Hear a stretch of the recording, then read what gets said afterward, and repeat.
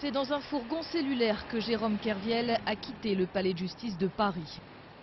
Le 28 janvier dernier, les juges qui l'avaient mis en examen avaient choisi de le laisser en liberté sous contrôle judiciaire.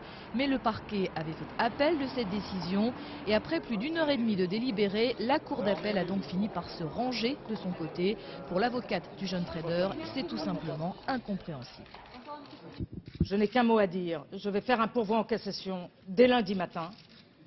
Le magistrat instructeur avait compris que les conditions d'une mise en détention n'étaient pas réunies.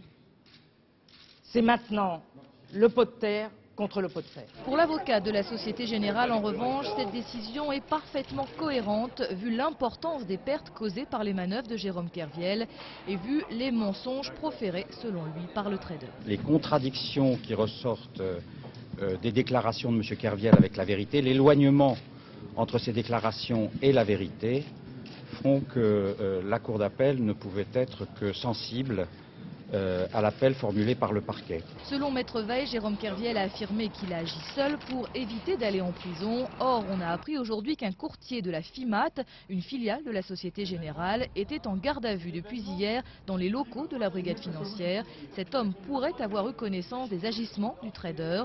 Le porte-parole de Jérôme Kerviel s'étonne, lui, de la concomitance entre cette garde à vue et la décision de la Cour d'appel. Selon lui, le trader n'a en effet jamais caché l'existence de ses liens avec la FIMAT.